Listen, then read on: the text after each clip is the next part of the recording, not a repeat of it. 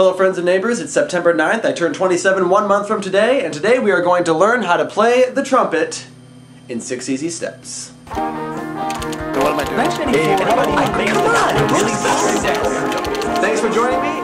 What are you filming for? Step 1, the first step if you're playing any musical instrument, posture. General rule of thumb for posture is tall but relaxed. You want to keep the back straight so that your shoulders are aligned with your hips, not hunched forward or pulled back. But you also want all of this to be relaxed. You don't want to be totally stiff as if you're a soldier at attention. Basically, if you're standing or sitting in any way that restricts your airflow, then you need to change something. Step 2, breathing. Breathing as a musician is different from breathing ordinarily. We tend to breathe very shallowly so that the air maybe gets only this far. But breathing as a musician requires deep breaths, so you want to feel as though the air is going all the way down to your gut. It's not really, but you want to feel that way. If you put one hand on your stomach, you should feel it expand as you breathe. Your ribcage will also expand, but your chest and your shoulders should remain relatively stationary. In order to get a feel for how much air you're going to need, try to sustain a hiss.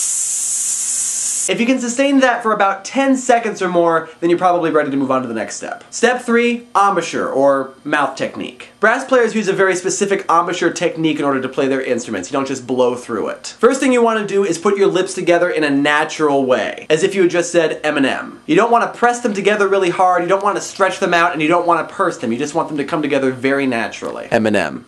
Next, you want to take one of those deep breaths that we just got done talking about, and blow air through your lips in a buzzing sound, like this.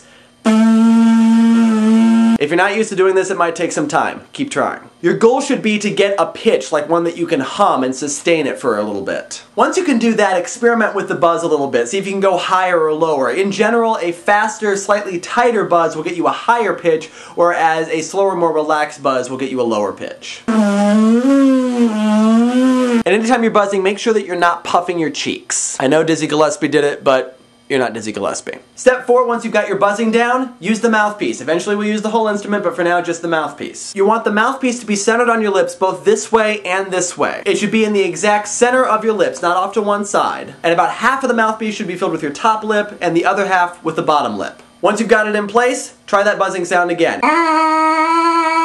Again, the goal is to sustain a steady pitch for as long as possible. Once you have that, try going higher or lower in a siren type sound.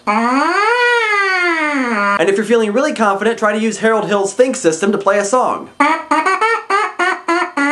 Once you've got that, it's time for step 5, applying the entire instrument. Make sure the mouthpiece is really firmly where it belongs, don't hit it, it'll get stuck. And without changing your posture or the way that you're buzzing your lips or your embouchure or anything like that, except possibly having more breath support, buzz into the instrument. Now if you're not used to doing this, then it's entirely possible that you got 2 different pitches right then.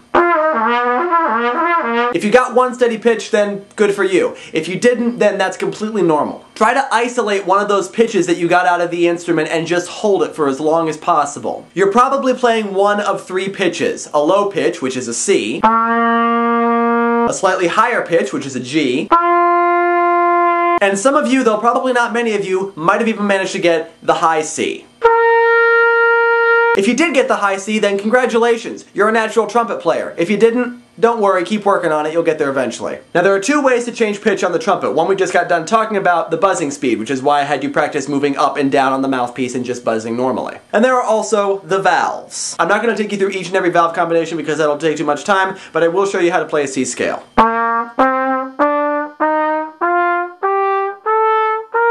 So now you've got the basics of playing the trumpet, which brings us to step 6. Do this for about 5 or 10 years. The thing about playing the trumpet is that it's very physical. It's almost entirely done with this muscle right here. And just like with any physical activity, it takes time to work up the muscle to the point where you can actually do it on a regular basis and do it well. So if you've never done this before, the sound you're getting out of the trumpet is probably pretty crappy. The only way to make it sound better is just to keep working on it. Breath support and proper embouchure are key, so go back and review steps 2 and 3 if you are having trouble. And again, this is a physical exercise and you're not quite up to speed yet, and so you probably won't be able to play much longer than 5 to 10 minutes a day, and I really wouldn't recommend playing longer than 15 minutes a day. If your lips start to get tired, if they start to hurt and you're having trouble getting some of those high notes out, stop playing. You're doing more harm than good. And also remember to warm up and cool down. Warming up could be anything from long tones to lip slurs between 2 different notes on the same fingering. And cool downs can be just something simple like relaxing your lips and doing this. Do that until your nose starts to tingle. And that's about all I have time for the basics of trumpet playing. If you have any other questions, ask and I will answer them to the best of my ability. And until tomorrow, this is Matt Guyan saying...